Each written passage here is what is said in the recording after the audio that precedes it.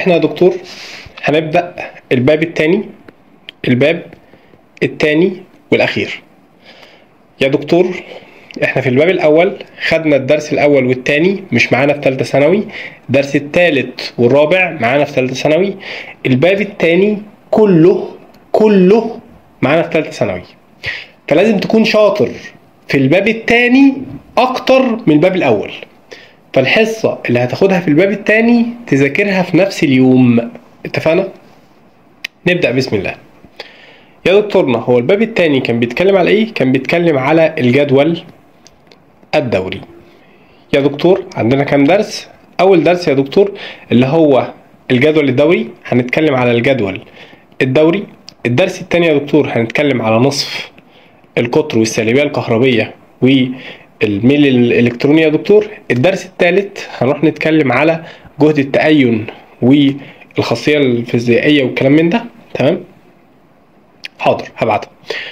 يا دكتور آخر حاجة اللي هي كانت أعداد التأكسد. بص، آخر حاجة في الباب الثاني هي أهم منهم كلهم، بس مش هتفهمها إلا لو فهمت الثلاث دروس دول كويس جدا. اتفقنا؟ الفلزية ولا فلزية يا دكتور؟ حلو الكلام؟ جميل. نبدأ بسم الله الرحمن الرحيم في وصف شكل الجدول الدوري.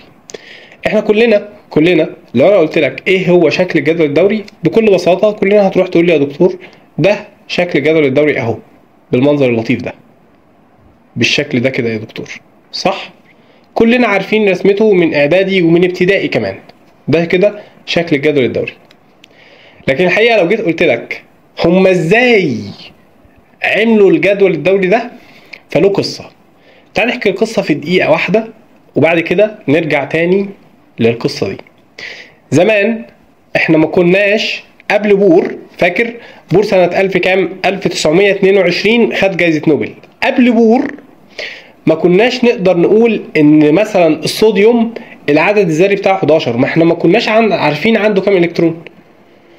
بعد كده يا دكتور جه شرودنجر واكد لنا ان احنا يا دكتور عندنا 11 الكترون مثلا، عندنا كذا الكترون في الذره وهكذا. طيب يا دكتور هم ازاي كانوا بيقسموا العناصر؟ بص، كان في واحد اسمه يا دكتور مندليف. طبعا كان في قبل مندليف هنري، وكان في قبله برضو جون يا دكتور مش فاكر اسمه جون ايه، لكن التالت كان مندليف لما جه يقسم الجدول الدوري قسمه على حسب الكتلة الذرية. تمام؟ طب هو اصلا الجدول الدوري متقسم على مين؟ متقسم على حسب العدد الذري. كان الجدول الدوري بتاع مندليف كان شكله عامل كده بالظبط. تمام؟ عندنا 12 صف بالمنظر دون و8 أعمدة يا دكتور. ده كده. تمام؟ بالمنظر اللطيف ده. ده كان شكل الجدول الدوري بتاع مندليف. لكن لما جه بقى بور اكتشف الذرة واكتشف مستويات الطاقة واكتشف الالكترونات واكتشف كل الكلام دون، راح جاي عالم واحد اسمه هنري موزلي قال لك لا، انا مش هرتب العناصر على حسب الكتلة الذرية، ده انا هرتبها على حسب مين؟ على حسب العدد الذري. طب يا دكتور دي اول حركة، هو هيقسم العناصر على حسب العدد الذري.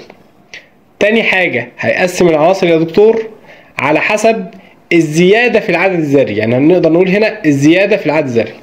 طب الخطوة التانية، ما احنا اكتشفنا مستويات الطاقة، فهيقول ان احنا هنقسمهم لفئة S والفئة B والفئة D والفئة F يا دكتور. يبقى كمان مرة هنري موزلي قال احنا هنقسم الجدول الدوري بتاعنا على حسب الزيادة في العدد الذري، يعني احنا هنرتبه تصاعديا على حسب الزيادة في العدد الذري. رقم 2 يا دكتور احنا هنقسمه لفئات، فئة S، فئة B، فئة D، فئة F. طيب ممكن تفهمني يا دكتور واحدة واحدة؟ ممكن.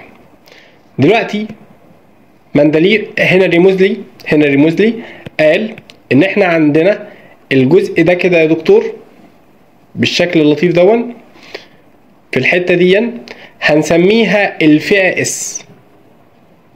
ليه؟ يعني ليه في الجدول الدوري الحته دي بقى اسمها فئه اس؟ هقول لك كمان شويه. وهنسمي الحته دي كده يا دكتور في الجدول الدوري الفئه دي. ليه؟ هقول لك كمان شويه يا دكتور. وهنسمي الحته دي كده في الجدول الدوري الفئه بي يا دكتور بالشكل ده. تمام؟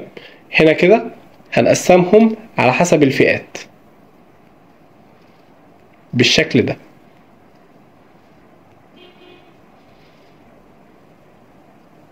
جميل يا دكتورنا. فين الفئه اف؟ قال ان احنا هنقسمهم في الحته دي. الحقيقه ان انا راسم الجدول الدوري دلوقتي غلط. يعني يا دكتور ازاي؟ ما احنا ده رسمته. لا بص، الجدول الدوري لما انت بتيجي ترسمه بجد ما بتبقاش كده. امال بيبقى ازاي؟ بيبقى كده، وهقول لك ليه واحنا بنشرح الحصه بتاعت النهارده. بيبقى كده يا دكتور بالشكل ده. ليه سبت الفاصل ده؟ هقول لك كمان شويه. يعني خلينا كده ايه، نحطها بعلامه حمراء كده علشان نعرف. انت كل شويه هتقول لي كمان شويه، معلش. دلوقتي لو انت جيت تبص في الجدول الدوري، يعني لو قدامك جدول دوري حالا تمام بالمنظر دون، هتلاقي يا دكتور ان احنا عندنا هنا كده عنصر الهيدروجين، تحته على طول عنصر الليثيوم، تحته على طول عنصر مين؟ عنصر الصوديوم. تحته يا دكتور على طول عنصر مين؟ عنصر البوتاسيوم. تحته يا دكتور عنصر الرابيديوم. تحته يا دكتور على طول عنصر مين؟ السيزيوم. واخر واحد كان مين؟ كان الفرانسينيوم. يا دكتورنا انا مش فاهم برضو ليه اتسمت الفئه اس. بص، لو احنا جينا ناخد الهيدروجين 1 والصوديوم اللي تحته 11 والبوتاسيوم اللي تحته 19، لو جيت توزع هتوزع 1 اس 1. المستوى الأخير هيكون فيه عدد واحد. حلو جدا. لو جيت توزع هنوزع يا دكتور النيون 10 بالشكل اللطيف دون 3 اس 1. هنا يا دكتور لو جيت توزع هيبقى ارجون 18 4 اس 1. يبقى كل الالكترونات بتنتهي بالاس يا دكتور 1. محدش يكتب في اي حاجه في الكومنتات بالله عشان بيعطل السبوره. تمام؟ انا هقول لك كل حاجه. انا هقول لك مين يتحفظ ومين ما يتحفظ، بس يعني ركز معايا يا دكتورنا. دلوقتي الهيدروجين كان بينتهي بالاس 1، الصوديوم بينتهي بالاس 1، البوتاسيوم بينتهي بالاس 1، مع اختلاف مين؟ مع اختلاف رقم الدوره. يعني مثلا ده قاعد في الدوره الاولى، ده قاعد في الدوره الثالثه، ده قاعد في الدوره الرابعه، وهكذا. كان في بينهم في النص كده اللي هو الليثيوم 3 يا دكتور بيتوزع الهيليوم 2 بالشكل دون 2 اس 1. يبقى كل واحد قاعد في دوره مختلفه عن اللي جنبه. تمام؟ طيب يا دكتورنا انت دلوقتي قسمت لي اول مجموعه وقلت لي ان هي بتنتهي بكام؟ بتنتهي بالاس 1، فهنسميها 1A. حلو الكلام؟ طب يا دكتور المجموعه الثانيه بالشكل ده هنقسمها يا دكتور مين العناصر اللي عندك؟ قال لك عندك البريليوم، عندك يا دكتور المغنيسيوم، عندك يا دكتورنا الكالسيوم، عندك يا دكتورنا الاسترونشيوم، عندك مين تاني؟ عندك الباريوم، وعندك مين؟ وعندك اللي هو رابيديوم يا دكتور، RA رابيديوم. حلو. طيب المجموعة دي هتتسمى ايه؟ نفس اللعبة بالظبط. تمام؟ لو جينا نشد خط كده هنقول يا دكتور احنا عندنا البريليوم 4، عندنا يا دكتور المغنيسيوم 12، عندنا يا دكتور الكالسيوم 20. ما هو دول قاعدين تحت بعض. لو جيت توزع هتوزع كام؟ هيليوم 2 يا دكتور 2 اس 2. هنا يا دكتور هتوزع النيون 10 كام يا دكتور؟ 3 اس 2. هنا يا دكتور هتوزع الارجون 18 بالشكل ده، يبقى كام؟ 4 اس 2. اقرب غاز خامل. عايز توزع بالطريقه العاديه مفيش مشكله، كلنا واحد. تمام؟ هنا ده انتهى بكام؟ بالاس 2. انتهى بكام؟ بالاس 2. انتهى بكام؟ بالاس 2، مع اختلاف مين؟ رقم الدوره يا دكتور. يبقى الرقم اللي قدام الحرف بتاع الاس الاخير هو رقم الدوره. تمام؟ ماشي. يبقى يا دكتورنا ده بما انه انتهى بالاس 2 فاحنا هنسميه ال2A يا دكتور. يبقى دلوقتي احنا ليه سمينا الفئه اس؟ لان العمود الاول فيها كان بينتهي بالاس 1 والعمود الثاني فيها كان بينتهي بالاس 2. خلاص، يبقى يا دكتور الاس 1 والاس 2 دول بنسميهم الفئه اس. حلو. طب يا دكتور لو احنا رحنا للبي مثلا، تمام، البي هنلاقي ايه؟ هنلاقي هنا كده عنصر يا دكتور البورون هنا كده، بعد كده يا دكتور تحته تحت البورون عنصر مين؟ عنصر الألمنيوم.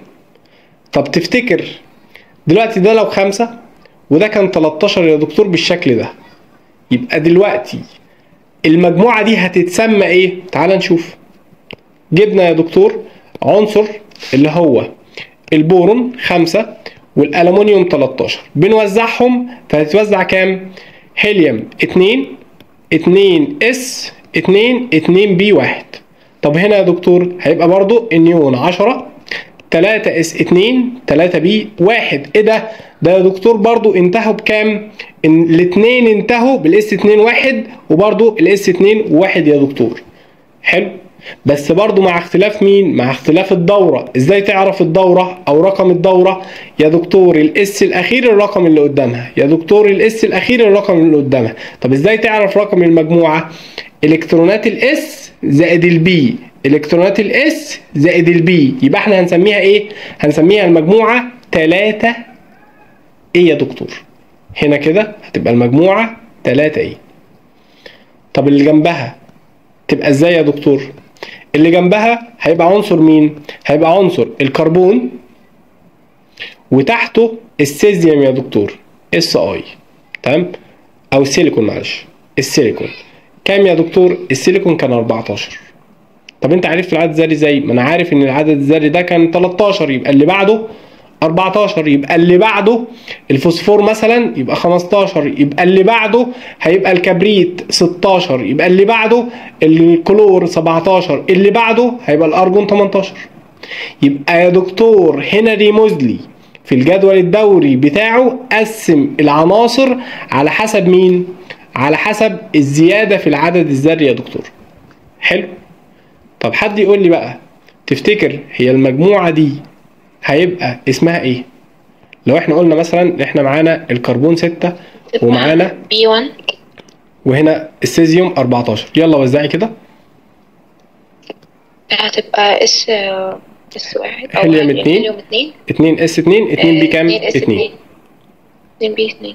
اللي تحتها الهيليوم، لا مش الهيليوم، اللي هي هتكون النيون. النيون بقى النيون 10 وهتكون 2 اس 2 و2 اس و2 بي 2 3 بي 2. حلو، 3 بي 2 حلو.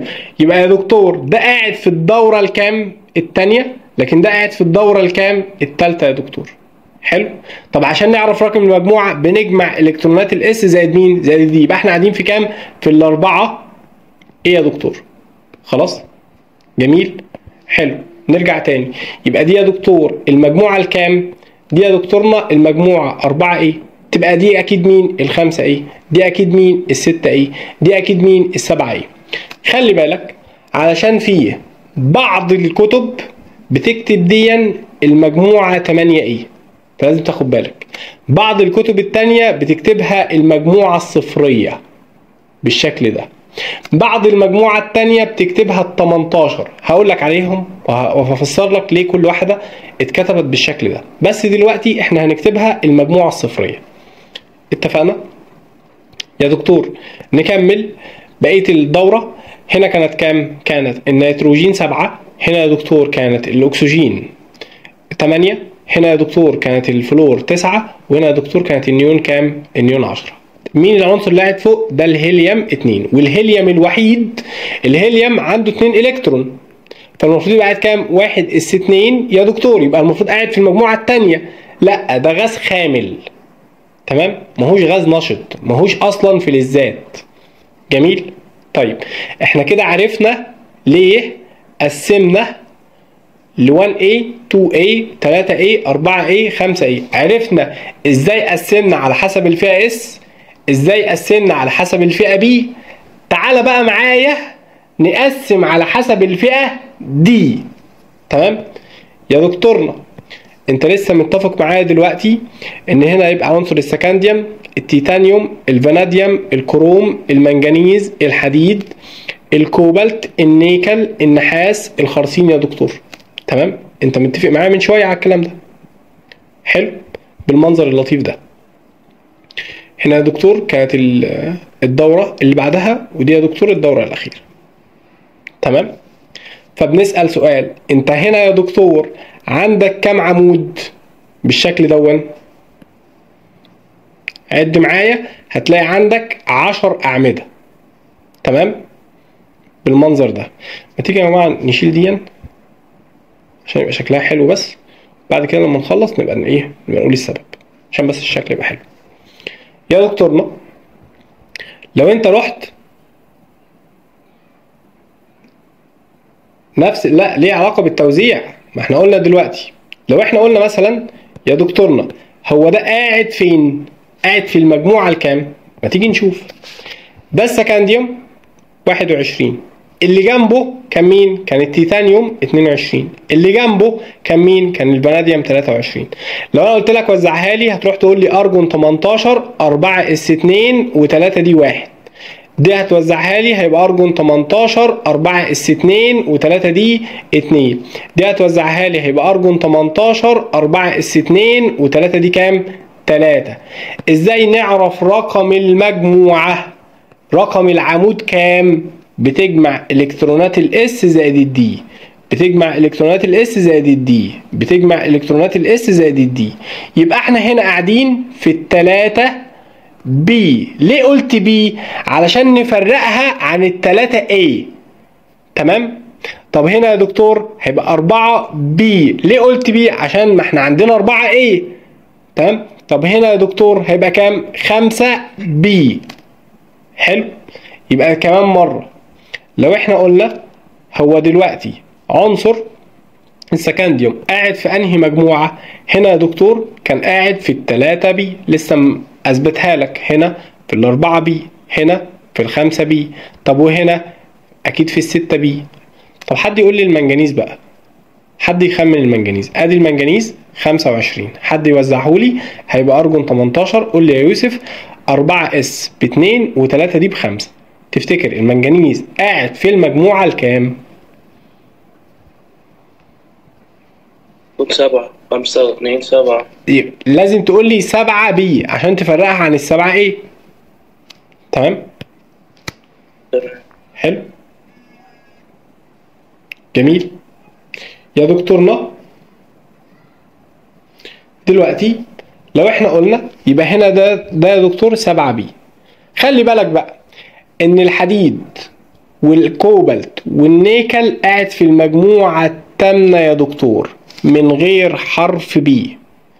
قاعد في المجموعة التامنة من غير حرف بي. بالله عليك تركز فيها، مفيش حرف بي فيها. طب يا دكتور النحاس بيتوزع ارجون 18 4 اس 1 و3 دي 10. مين يجرب؟ مين يقول؟ مين يقول؟ مين يقول؟ يلا يا همسة قولي كده، تفتكري النحاس قاعد فين؟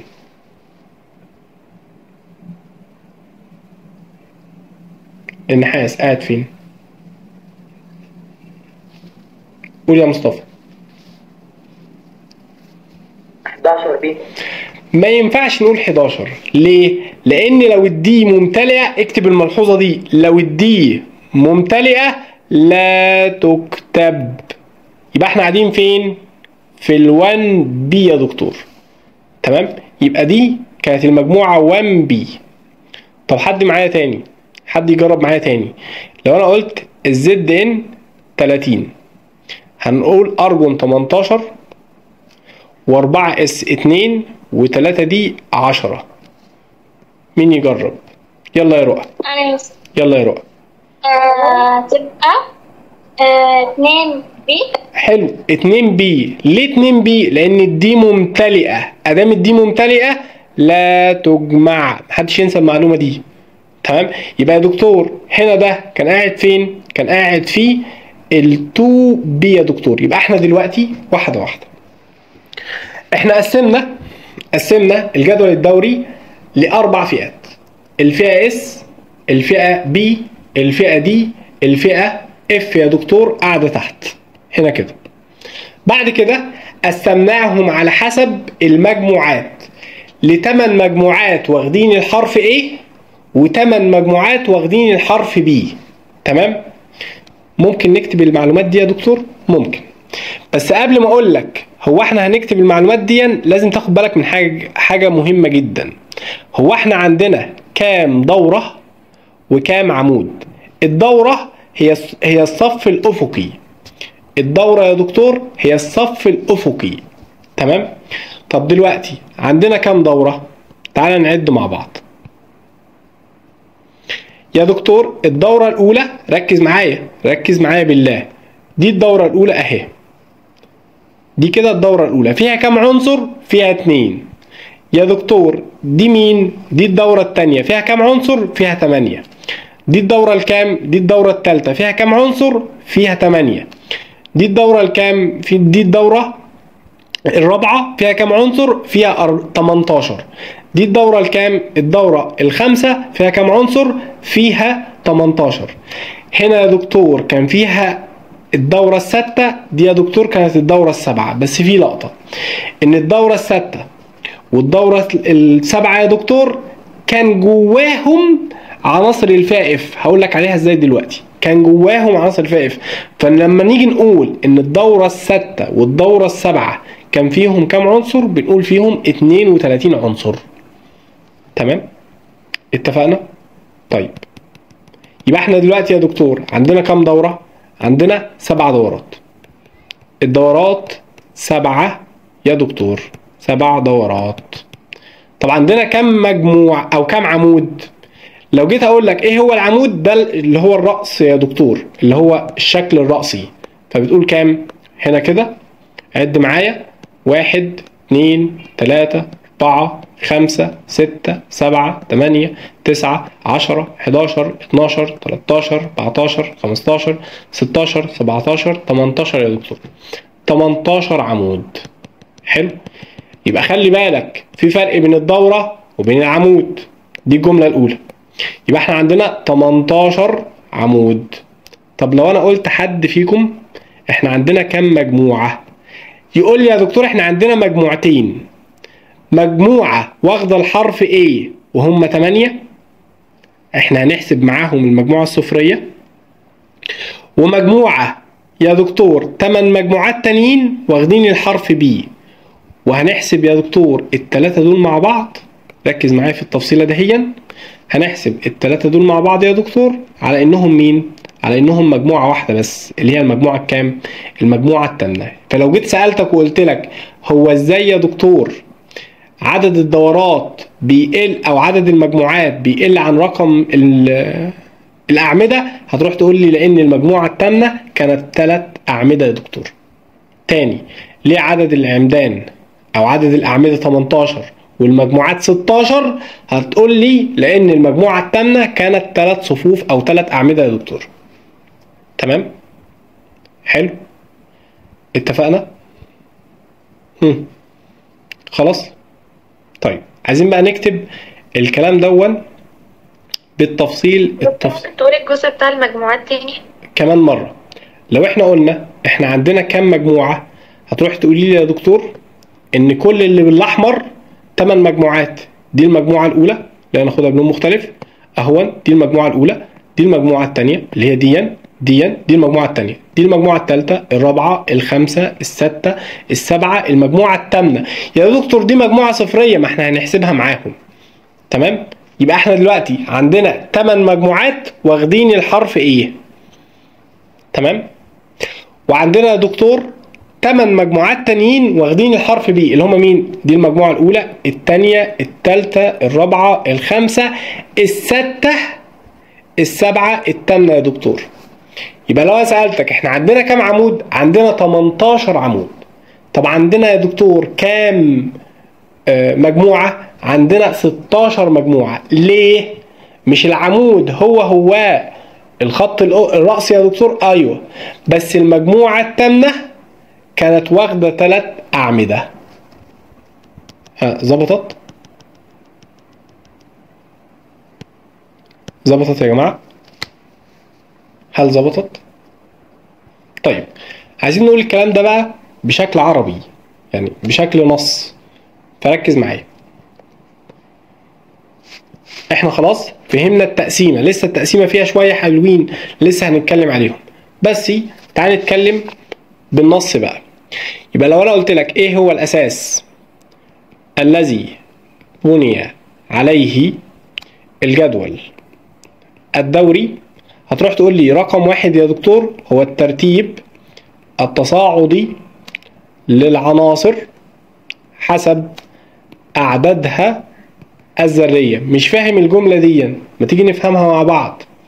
دلوقتي ده عدد الذري كام؟ 3. ده عدد الذري كام؟ 4 يا دكتورنا. 5 6 7 8 9 10. يبقى طول ما انا ماشي كده عمال بزود رقم، تمام؟ يعني بزود الكترون، يبقى ده ترتيب تصاعدي يا دكتور. يبقى الترتيب التصاعدي حسب اعدادها الذريه. رقم 2 يا دكتور ايه الاساس اللي بني عليه الجدول الدوري؟ رقم 1 الترتيب التصاعدي، رقم 2 مبدأ البناء التصاعدي. مبدأ البناء التصاعدي. ما احنا يا دكتور مثلا كنا في الدورة الثالثة في الحتة دي كده، كان عندنا يا دكتور صوديوم، كان هنا يا دكتور عندنا مغنيسيوم، هنا 11 هنا 12. رحنا هناك هنا يا دكتور لقينا مين؟ لقينا الألمنيوم 13. لو جيت توزع ده بينتهي بكام؟ ب 3s1. ده بينتهي بكام؟ ب 3s2. ده بينتهي بكام؟ ب 3s2 3b1. يبقى الترتيب التصاعدي يا دكتور على حسب ملء المستويات الطاقة الفرعية. حلو الكلام؟ جميل. لو حد تايه يقول لي ان انا تايه.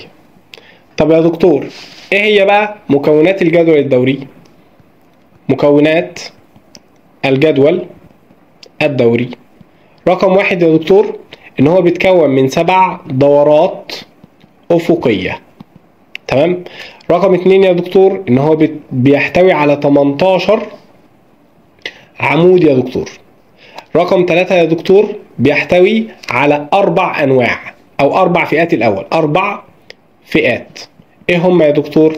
اللي هي الفئة S، الفئة B، الفئة D، الفئة F. رقم 4 يا دكتور ان هو بيحتوي على 4 انواع من العناصر. ايه هم؟ تيجي نقولهم. الخاملة، ويا دكتور الممثلة، ويا دكتورنا مين؟ انتقالية رئيسية. ومين تاني يا دكتور؟ انتقالية داخلية. ايه الفرق بينهم؟ تعال اقول لك. نرجع تاني للجدول يا دكتور. عناصر الفئة S هنسميها ممثلة. عناصر الفئة B هنسميها ممثلة. لو انت في سنة ثالثة ثانوي وما انتش عارف ان الكربون عنصر ممثل ولا غير ممثل يبقى صباح الخير. لو انت مش عارف ان الكالسيوم او البوتاسيوم عنصر ممثل ولا انتقالي يبقى صباح الخير. عناصر الفئة دي يا دكتور كانت مين؟ كانت انتقالية رئيسية. طب الاف يا دكتور دي كانت مين؟ كانت انتقالية داخلية. ايه الفرق ما بينهم؟ بص احنا اتفقنا مع بعض دي كانت كلمة مين؟ اسكتي فكري مين فيكو نيكل نحاس خرسين. ما تنساش المعلومة دي. دول كانوا مين؟ كان انتقالي رئيسي يا دكتور، تمام؟ يا دكتور الانتقالية الداخلية اللي هي بتنتهي بالتوزيع في الاف. يعني مثلا لو انا قلت لك ان احنا عندنا عنصر زي اللانسينيوم 57 مثلا. اللانسينيوم 57 لما تيجي توزعه هتوزعه الزينون 54 يا دكتور. بعد الزينون بيجي كام؟ بيجي 6 اس يا دكتور. بعد ال 6 اس بيجي كام؟ 4 اف. يبقى هنا انت معاك 54 وهنا 57، يبقى هنا 2 وهنا 1. يبقى دلوقتي اللانسينيوم عنصر انتقالي رئيسي ولا انتقالي داخلي؟ بما انه انتهى بالاف يبقى مين؟ انتقالي داخلي. حلو. طب يا دكتورنا لو انا قلت لك مثلا عنصر زي وليكن السكانديوم 21 بتوزعه فبنقول ارجون 18 بالشكل دون 4 اس 2 و3 دي 1. ده رئيسي ولا داخلي؟ والله يا دكتور اللي بينتهي التوزيع بتاعه بالدي يبقى ده انتقالي مين؟ انتقالي رئيسي. يبقى كمان مرة، ازاي اعرف العنصر ده انتقالي رئيسي ولا انتقالي داخلي؟ والله يا دكتور الرئيسي بينتهي توزيعه بالدي، داخلي بينتهي توزيعه بالاف. حلو الكلام؟ صعبة؟ بالله صعبة يا جماعة ولا الدنيا لطيفة؟ حد يرد عليا. دكتور هي الدنيا سهلة بس محتاج حفظ جامد. مش حفظ، ده احنا هنقعد مع بعض طول ما انت بتعرفي توزعي هتبقى الدنيا احسن حاجة. مش بتعرفي توزعي؟ الكلام ده اصلا قديم يعني من تانية اعدادي. ومش بس كده، طول ما انت هنزود عليه شوية ما تقلقش. كل ما انت بتعرفي توزعي هتبقى الدنيا احسن حاجة. خلاص؟ يلا. دلوقتي يا دكتور احنا كنا بنتكلم على الجدول الدوري ده كده يا دكتور، شكل الجدول الدوري. تعال نحكي القصة من البداية خالص وركز جدا في اللي انا هقوله دلوقتي. تمام؟ هقول لك القصة باختصار شديد جدا. ده شكل الجدول الدوري ده يا دكتور بالمنظر ده. شكل الجدول الدوري هنا كده كانت عناصر الفائف. احنا اتفقنا مع بعض. تمام؟ بتنيم للدرجة دي؟ هي حدوتة صحيح. ماشي يا دكتورنا، هنا كده كانت عناصر. عندنا كام دورة يا دكتور؟ عندنا 7 دورات بالشكل اللطيف دون. هنا كده دي الدورة الثانية، دي الدورة الثالثة. هنا يا دكتور الدورة الرابعة، الدورة الخامسة، الدورة السادسة والسابعة يا دكتور بالشكل اللطيف ده. تمام؟ يا دكتورنا هنا كده المجموعة الثالثة، الرابعة، الخامسة، السادسة والسابعة يا دكتور. جميل. سمينا المجموعة دي مجموعة مين؟ مجموعة ال1A. هنا كده كانت المجموعة 2A. هنا كده ال3A يا دكتور، 4A، ال5A، ال6A بالشكل دون 6A. هنا يا دكتور المجموعة ال7A، وهنا كده كانت المجموعة الصفرية. جينا في النص يا دكتور كان عندنا 10 أعمدة بالمنظر اللطيف دون. 3 4 5 6 7 8 9 10 يا دكتور. تمام؟ هنا كده كانت المجموعة 1B 2B.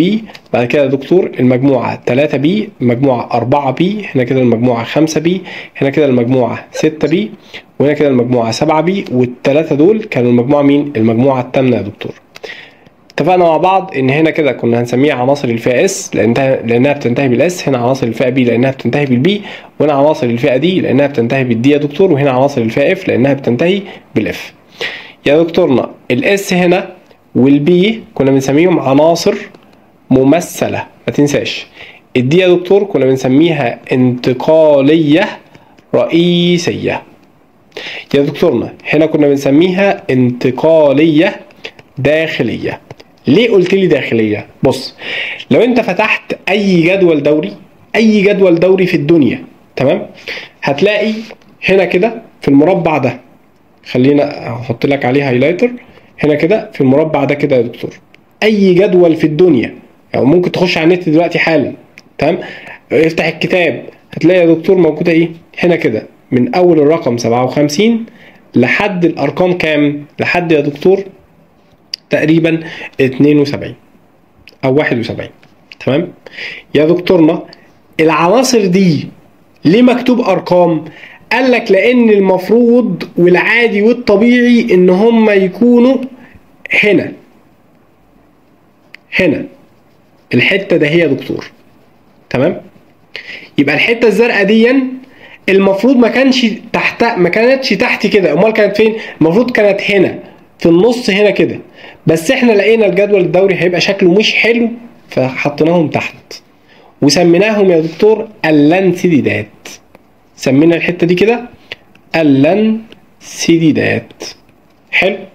طب يا دكتور لو انت فتحت نفس الجدول الدوري في الحته اللي تحتها كده يا دكتور، اللي هي الحته دي كده، تمام، الحته دي كده، خلينا نعملها باللون التاني احسن. اهون هنا كده الحته دي كده يا دكتور في الجدول الدوري مش هتلاقيها برضو مش هتلاقي رموز، امال هتلاقي ارقام. الارقام من اول كام؟ من اول ال 89. الارقام من اول ال 89 يا دكتور لحد الرقم كام؟ 103 بالشكل ده. طب الارقام دي فين؟ قالك الارقام دي يا دكتور قاعده تحت هنا كده، هنا كده. دي مين؟ دي يا دكتور المجموعة الانتقالية الداخلية. يبقى أنا لو قلت لك هي ليه سميت انتقالية داخلية؟ علشان يا دكتور مكانها الطبيعي تمام حروف، أو الباقي في العادي كان حروف، لكن دي كانت أرقام. ليه؟ لأن المفروض إن المكان الطبيعي لدي كان يبقى هنا في الحتة دي، تمام؟ عشان كده سميناها ايه يا دكتور؟ سميناها مجموعة الاكتينيدات، تمام؟ هنا كده الاكتينيدات. يبقى المفروض شكل الجدول الدوري يبقى عامل ازاي؟ شكل الجدول الدوري العادي والطبيعي ان يا دكتور هنا كده الاتنين دول، وهنا كده يا دكتور الاتنين دول، وهنا كده يا دكتور الاتنين دول بالشكل ده. ده كده كان شكل الجدول الدوري. لقينا شكله وحش، بص شكله عامل ازاي؟ منظره وحش، تمام؟ قول يا بسملة. دكتور هو ده اخر تخطيط للجدول الدوري ولا في يعني لا خلاص، ثانية لا دي اخر حاجه احنا وصلنا لها، تمام؟ اتفقنا لحد الان يعني الان الجدول الدوري ده مفيش حاجه تانية بقى. لو في عنصر تاني احنا اكتشفناه او حاجه زي كده بنزوده بقى، بنحط له موقع هنا، بنحط له موقع هنا، وهكذا، تمام؟ قول يا مين على الدور؟ قول يا مصطفى. يا دكتور حضرتك الأسئلة طيب هتكون على النقطة دي ازاي؟ هو في الاكتينيدات يعني يجي يقول لك في الاكتينيدات والانسيدات ليه موقعها او ليه سميت بعناصر انتقاليه داخليه؟ هتقول لي يا دكتور لان العادي والطبيعي ان هو يكون داخل الانتقاليه الرئيسيه، لكن احنا حذفناها او حطيناها تحت اسفل الجدول الدوري علشان شكلها يا دكتور او شكل الجدول الدوري يبقى حلو، تمام؟ ليه ما فهمتيش ان في ارقام ومفيش حروف؟ بصي الحته الزرقاء دي المفروض تكون موقعها هنا، تمام؟ فبقى شكل الجدول الدوري يبقى كده، وبعد كده البني دي تطول شويه وهكذا، هيبقى شكل الجدول الدوري شكله مش حلو. اوكي يا دكتور، دي اول فئه احنا قسمناها لفئات، قسمناها لمجموعات، قسمناها لدورات، قسمناها ل مين اللي هو مجموعة او عناصر يا دكتور، تمام؟ تعال بقى اللقطة اللي جاية هي اللقطة المهمة اللي لازم تتحفظ، تمام؟ بصوا يا جماعة، احنا مضطرين عشان نبقى شاطرين في الباب الثاني، فنبقى شاطرين في الباب الثالث ان احنا نحفظ اول 3 دورات اللي هم مين؟ اللي هو عنصر الهيدروجين، عنصر يا دكتور الليثيوم، عنصر البريليوم، بعد كده يا دكتور عنصر البورون، بعد كده الكربون، بعد كده النيتروجين، الاكسجين، والفلور، والهيليوم يا دكتور او النيون هنا، والهيليوم فوق. لازم تحفظها. ده كان 3 4 5 6 7 8 9 10 لازم تتحفظ.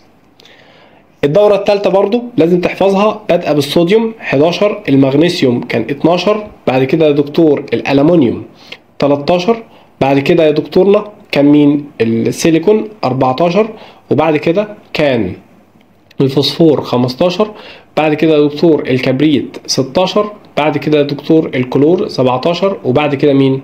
الأرجون 18.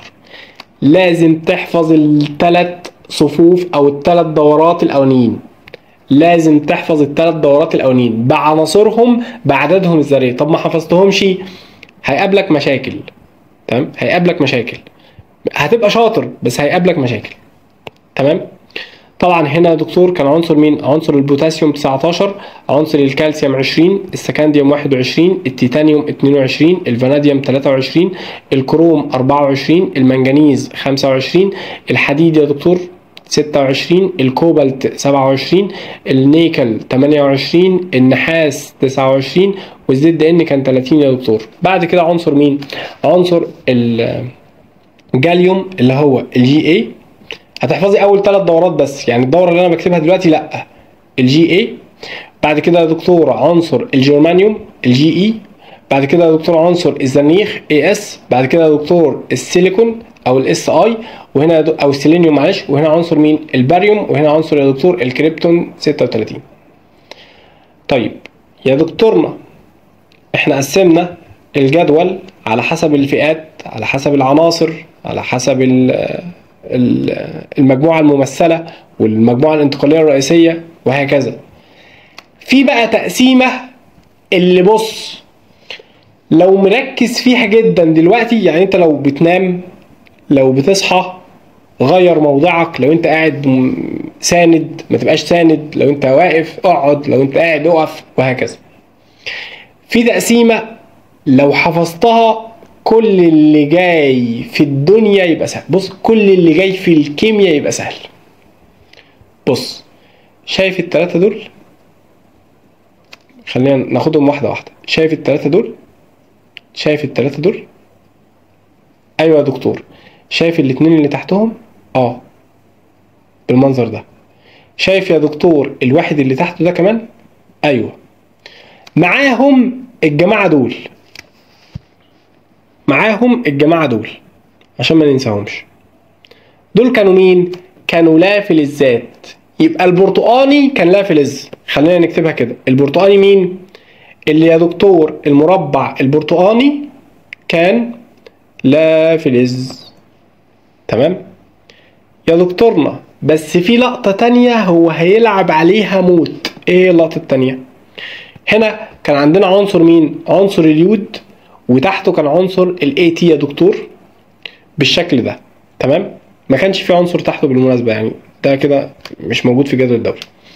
يا دكتورنا الجماعة دول بنسميهم الهالوجينات، يعني دول كده بنسميهم هم عناصر لا فلزية، بس احنا هنسمي المجموعة دي هالوجينات.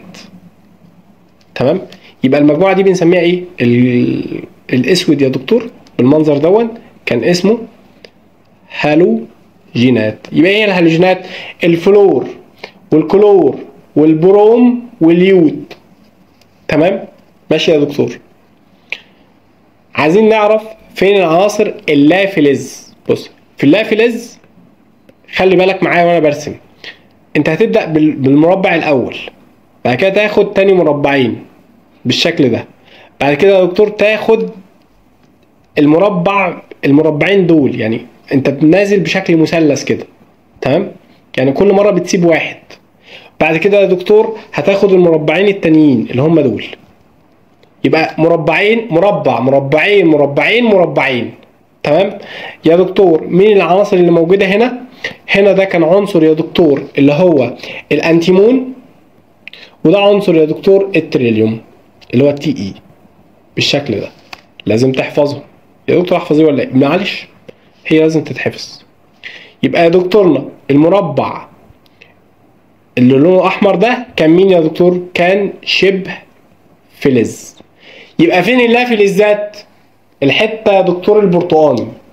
فين الشبه فلز؟ الحته البنفسجي دي كده يا دكتور. تمام؟ طب لو انا قلت لك يا دكتورنا هو فين الفلزات؟ كل بقيه الجدول فلز. يعني ايه؟ يعني كل بقيه الجدول فلز. كل الاخضر اللي احنا هنرسمه دلوقتي كان فلز. كل ده كان فلز يا دكتور. كل ده فلز يا دكتور بالشكل اللطيف ده. ده كده كل ده كده فلزات. كل ده كده فلزات يا دكتور بالمنظر اللطيف ده اهو. كل ده كده كان فلزات يا دكتور اهو بالشكل ده. صعبة؟ مش صعبة، ده الدنيا لطيفة خالص اهي يا دكتور. تمام؟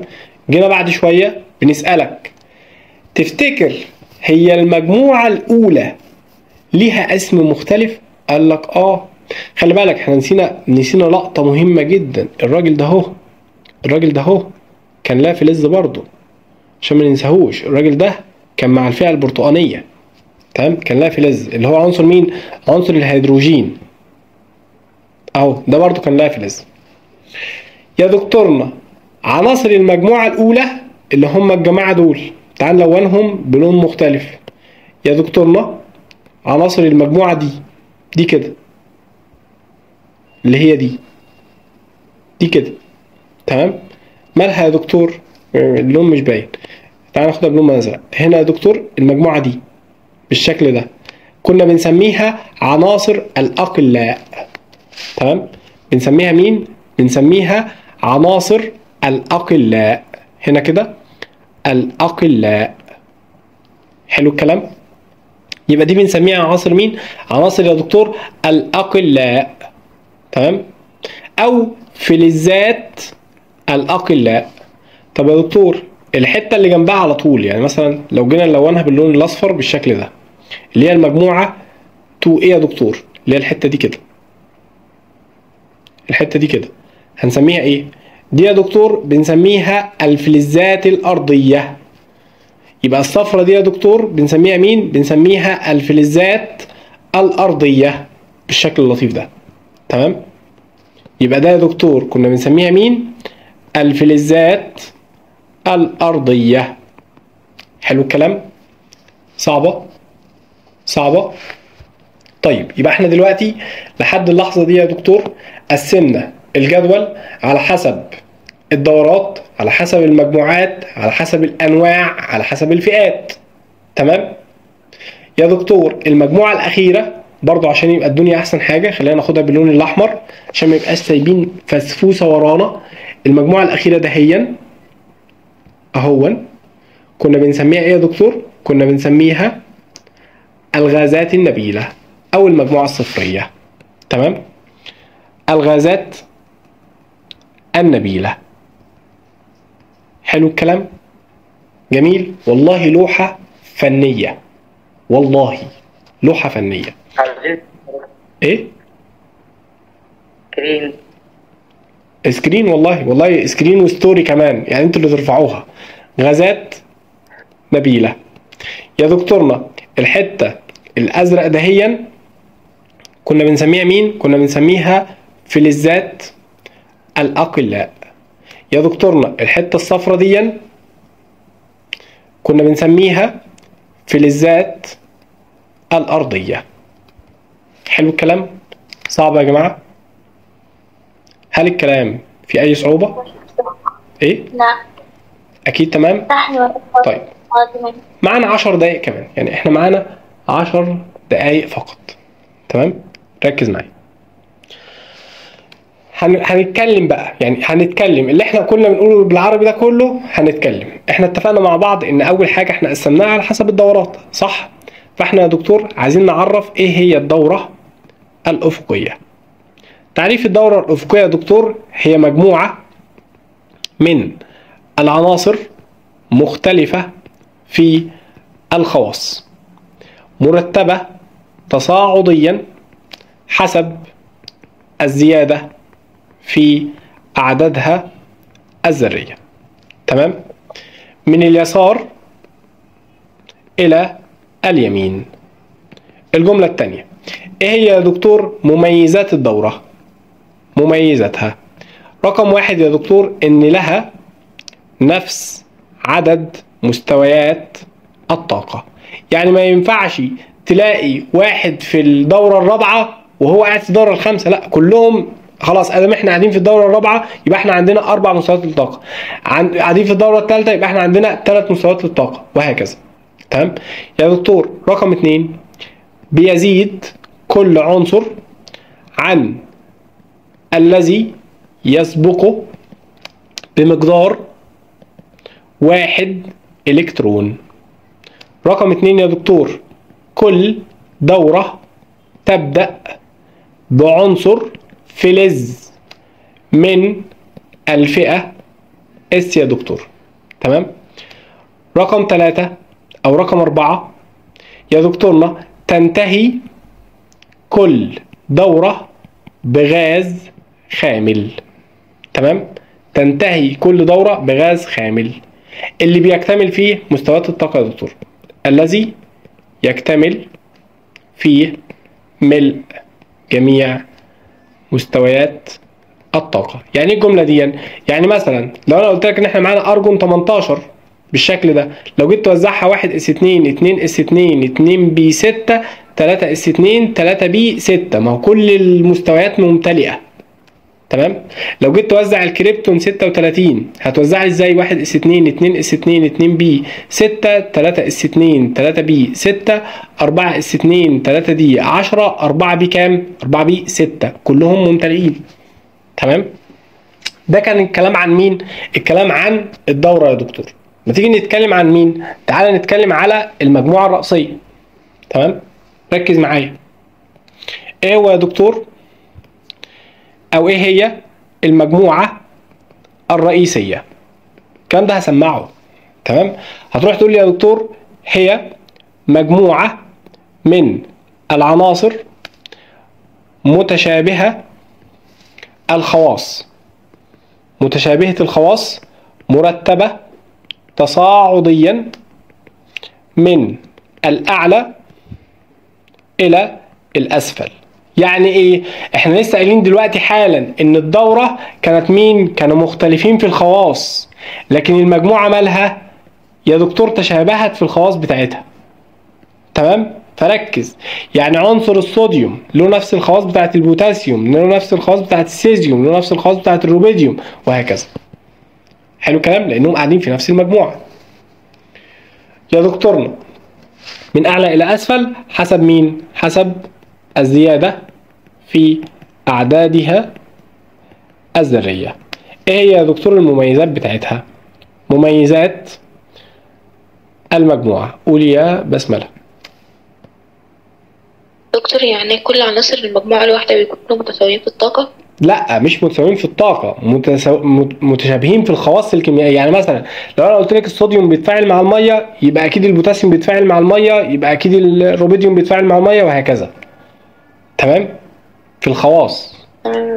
يعني لو انا قلت لك ان الصوديوم سائل، يبقى اكيد او مثلا الصوديوم صلب، يبقى اكيد البوتاسيوم صلب.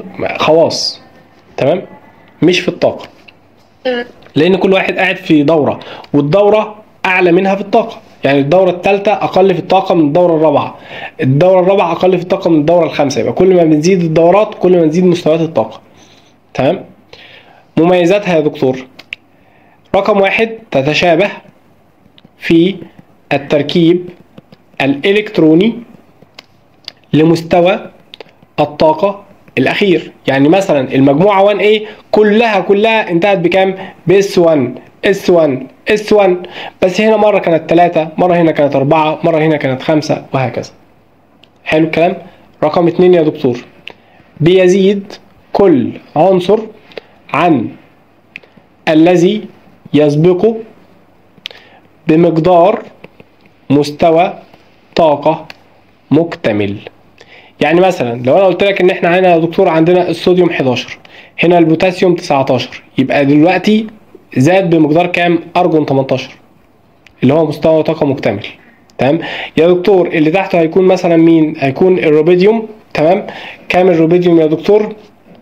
كان تقريبا 37، لو زودتها هتلاقيها كام؟ 18 برضه يا دكتور، اللي هو ارجون 18.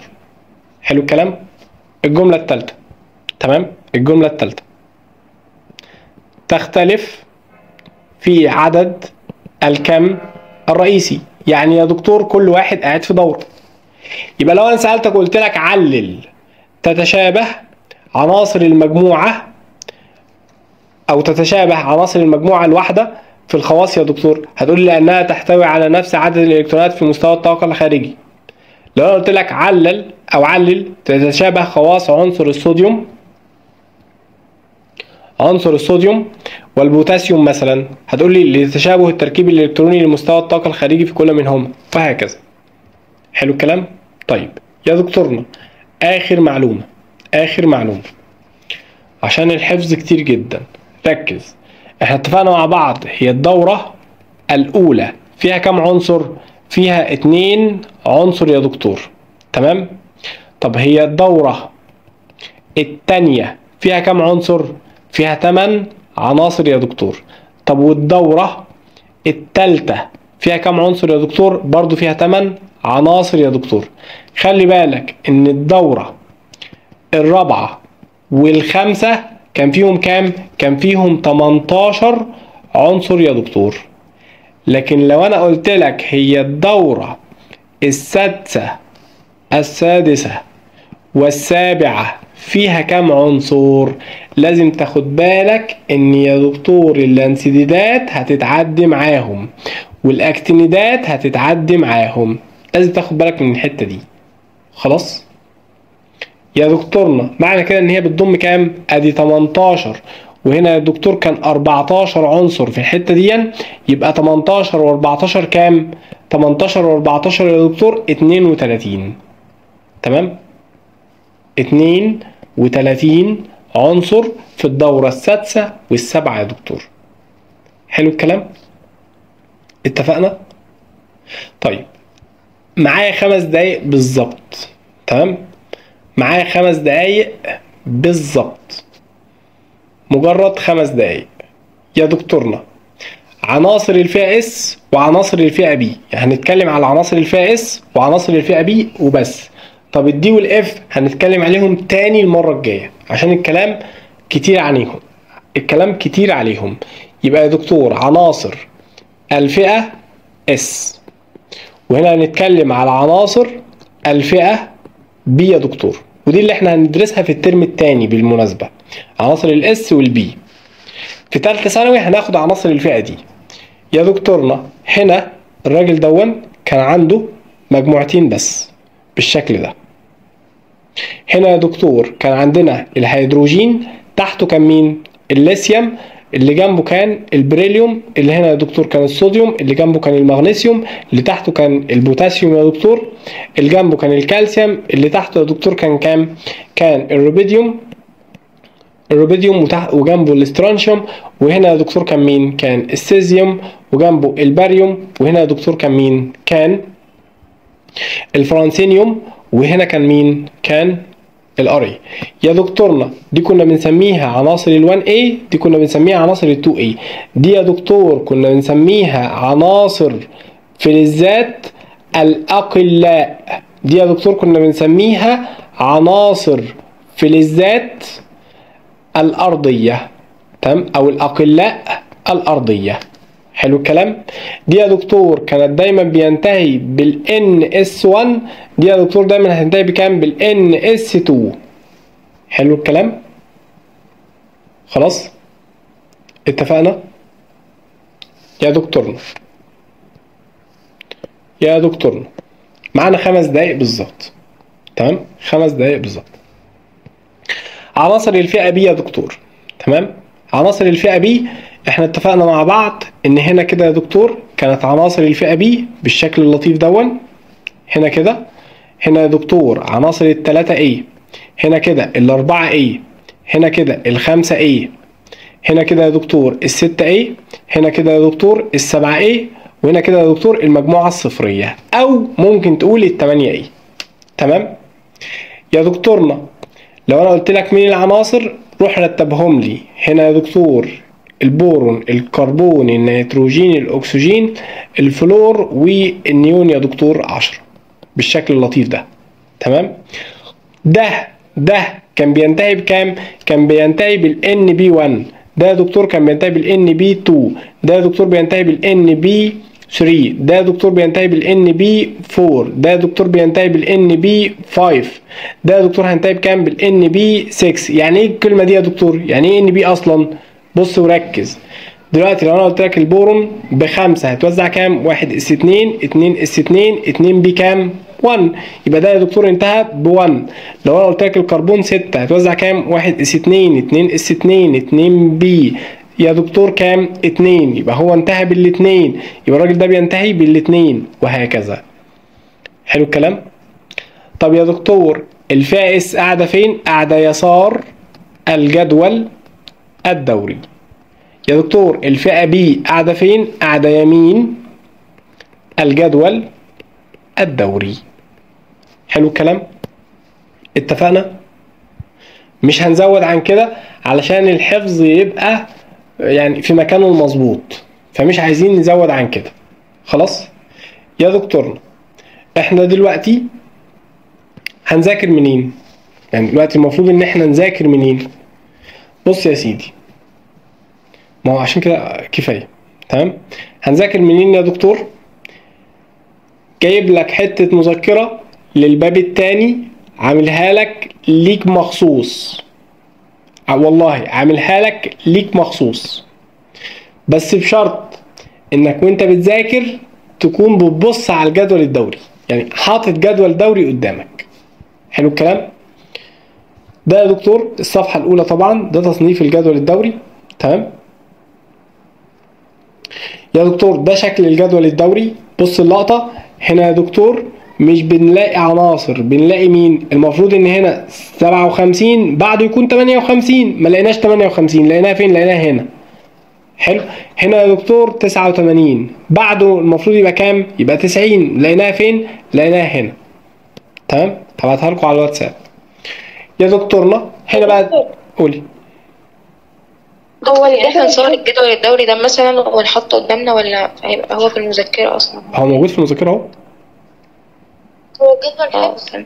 لا، اول 3 دورات حفظ، يعني ال3 دول والجماعه دول حفظ. ولا حد حافظ كله يضمن أي صح؟ لو حفظتيه كله هتيجي تقعدي مكان يعني. تمام، لا مش الدرجات دي يعني. بس هو ما بيتحفظش كله يعني، انت بس احفظي اول 3 دورات. بعد كده يا دكتور بدأنا بقى نتكلم على الجدول الدوري الحديث. تمام، ايه الاساس اللي بني عليه، ايه هي مكوناته، بدأنا نتكلم على الدورة.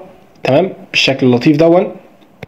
بعد كده يا دكتور بدأنا نتكلم على المجموعة الرئيسية، وبعد كده بدأنا نقول هو كل مجموعة فيها ايه، وكل دورة فيها كام عنصر، وهكذا. بعد كده يا دكتور بدأنا نتكلم على الفئة اس والفئة بي، وقفنا لحد هنا. انت عايز تكمل الفئة اف ونبقى انت كده خلصت لحد الصفحة رقم 35، ما عندناش مشكلة. تمام، خلاص اتفقنا يا دكتور. ايه صفحة 35 دي؟ ايه الصفحة 35 دي يا جماعة؟ بالله عليكم نركز، المذكرة بادئة من الصفحة رقم 31 يعني. تمام، المذكرة بادئة من الصفحة رقم 31. تمام، اوكي، عشان ما حدش يجي يقول لي احنا خدنا 35 صفحة. لا، ما خدناش 35 صفحة، احنا خدنا بس اول 35 يعني. هعدلها لكم يعني، هعدلها لكم قبل ما ابعتها. خلاص اتفقنا. مفيش واجب النهارده، في مقابل